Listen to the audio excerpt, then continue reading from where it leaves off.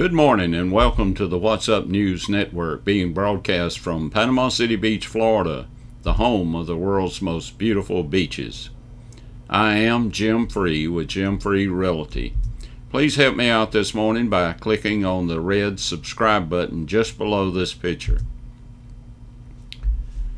On the condo report this morning, we had 7 reports, 5 new listings, 5 properties that decrease their price. Total active units available, condo units available, are 509. 270 of those are Gulf front units. This is one of the lowest numbers we've seen in years. Very few condos available compared to the 11,000 plus units that we have on the beach. So that's really good news for sellers. We have no 5-bedroom units available. We have on 4 bedrooms, we have 7 of those available, 5 of which are on the Gulf.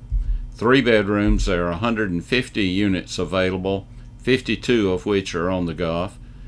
In the 2 bedrooms, we have 174 units, with 121 of those on the Gulf front. 1 bedroom units, we have 160 units, 78 of which are Gulf front units. In the studio units, we have 11 available, and we have about 10 that are on the Gulf. Condo units sold in the past 30 days. We've had 180 units sold. 112 of those were Gulf front units. Had no 5-bedroom units sold. We had 4 of the 4-bedroom units sold, and all 4 of those were on Gulf front. 3-bedroom units, we had 37 sold, 19 of which were on the Gulf. 2-bedroom units, we had 75 sold, 50 of which are on the Gulf. 1-bedroom units had 54 sold, 32 of which were on the Gulf. On the studios, we had 10 sold, 7 of which were on the Gulf. Looking now at the detached single families, we have 228 active units, 17 of which are on the Gulf front. Sold during the past 30 days, we had 113 units sold, and 4 were on the Gulf.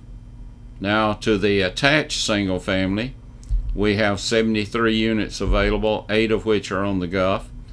In the past 30 days, we've sold 42 units, 1 of which was on the Gulf.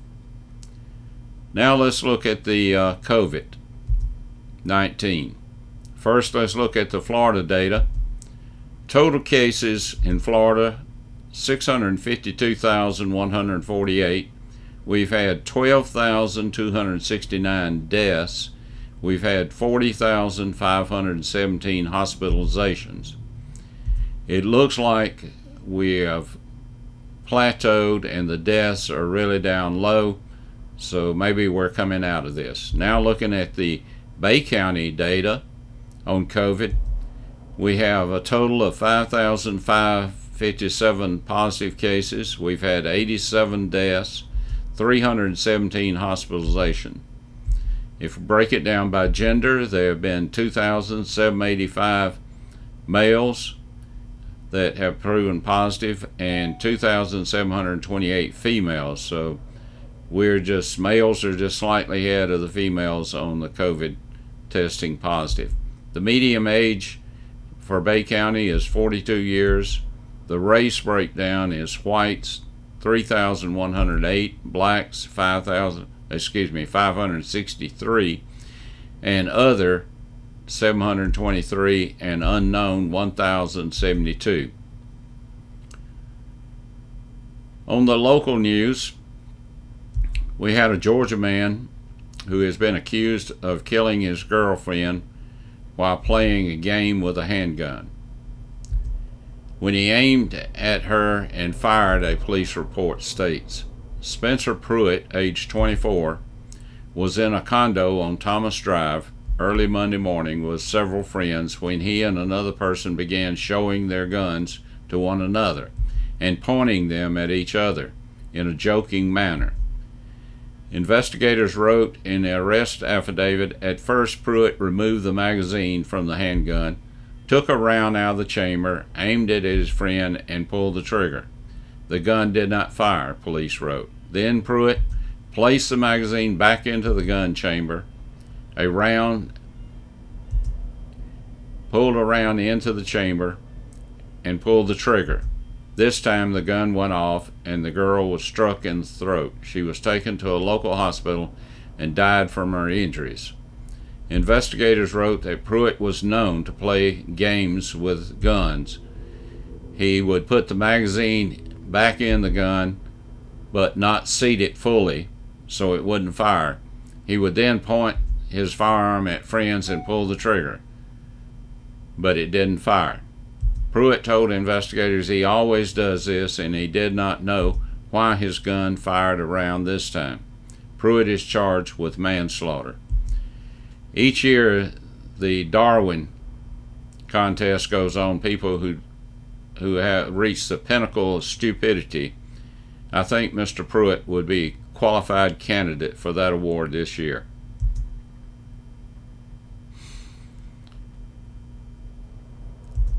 Brother Bobby Joe Cantor had just been selected as pastor of the Booger Holler First and Only Baptist Church, and he was in the process of moving from his Alabama home when he received a call from one of the church deacons informing him that a member had passed away and was to be buried on the Morgan Dairy Road at 4 p.m. The family had requested the preacher perform the service. Bobby Joe, not being familiar with the area, got lost and was running late when he spotted workers with a backhoe, and they were in the process of backfilling. Apparently, all the family had already left. Bobby Joe apologized to the workers for being late and asked if they would join him in prayer. Bobby Joe as he was leaving the site, the foreman said, "I've been in this business 30 years, and this is the first time I've ever had anyone pray over a septic tank." My Uncle Oswald was stopped by the Bay County Sheriff's Department. The deputy was curious why a man in his late 80s was out driving around at 2 a.m. and asked Uncle Oswald where he was headed this late at night. Oswald replied, "I am on my way to a lecture about alcohol abuse and its effect on the human body, as well as smoking and staying out late." The officer was skeptical and then asked, "Really? Who's giving that lecture at this time of night?" Uncle Oswald replied, "That would be my wife, Eva." On the national front, football is about to start back. A lot of people have been looking forward to it.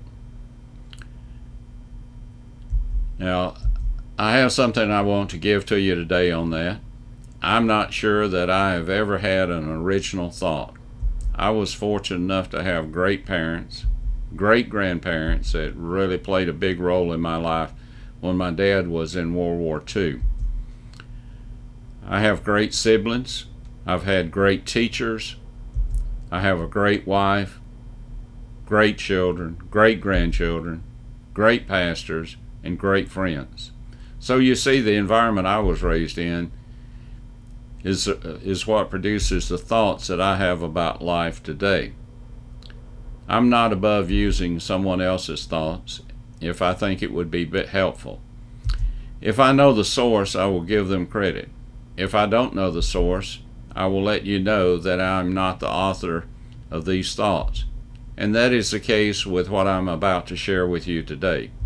These are not my original thoughts, but is what I believe. This is addressed to the National Football League and the players who take a knee during the game.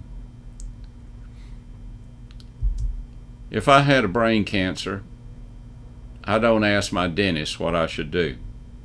If my car has a problem, I don't seek information from a plumber. Why do you think the public cares what a football player thinks about politics? If we want to know about football, then depending on the information we seek, we might consult you, but even A quarterback doesn't seek advice on his playing position from a defensive tackle. You seem to have this overinflated view of yourself, thinking because you enjoy working on such a large-scale stage that somehow your opinion about everything matters. The NFL realizes the importance of its image, so it has rules that specify the clothes, the insignia you can wear, the language you use, and your antics after a touchdown or other great play. But somehow you and your employer don't seem to care that you disgrace the entire nation and its 320 million people in the eyes of the world by publicly disrespecting this country, its flag, and its anthem. The taxpaying citizens of this country subsidize your plush work environments. Yet you choose to use those venues to openly offend those very citizens. Do you even understand what the flag of this country means to so many of its citizens? Before you choose to take a knee in protest of this country during our national anthem, you may think because you are paid such a high price for the job you do and you think it's tough, but you're clueless. When it comes to tough, there are men throughout the world fighting on behalf of our flag who are far tougher than you are. You are spoiled babies who stand around and have staff squirt Gatorade in your mouth, sit in the front of misting cooling fans when it's warm, and sit on a heated bench when it's cold. That's not tough, that's being pampered. You think that you deserve to be paid excessively high salaries because you play a dangerous game where you can incur career-ending injuries. The policeman, the fireman, the soldiers, the EMT you disrespect know a lot more about career-ending injuries. You think that you deserve immediate medical attention and the best medical facilities and doctors when injured. There are soldiers wounded in battle struggle to stay alive long enough to see even a single medic. You think you have the right to disrespect the flag of the United States, the one our veterans fought for, risking limbs and mental stability to defend, in many cases, die for. We salute our flag draped on coffins, bearing the remains of our soldiers, policemen, firemen, EMTs, while doing their underpaid duty.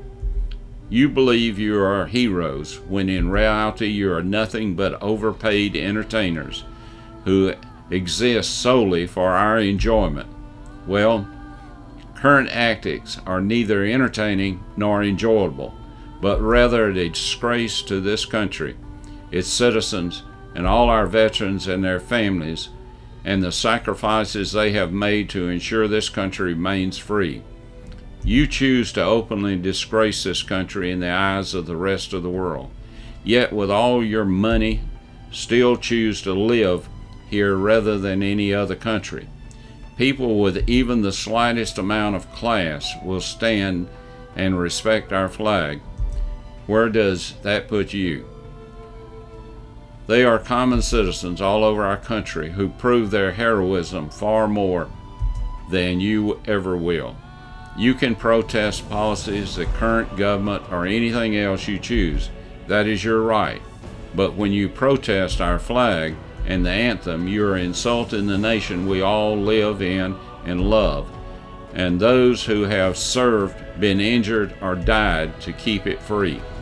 There is nothing you can do or say that can make your actions anything more than the arrogance of classless people who care about themselves more than their country and the freedoms we enjoy. Their families, the men and women who have made the sacrifices so that you have this freedom, to ensure that the right to speak freely, our country is far from perfect. But if you can point out any other country where your freedom and opportunities are better than they are here, then you just might want to go there and show respect for their flag. As for me, I choose not to watch these clowns. I will stand for the flag and kneel for the Lord. It is time to stand up for this great country we live in.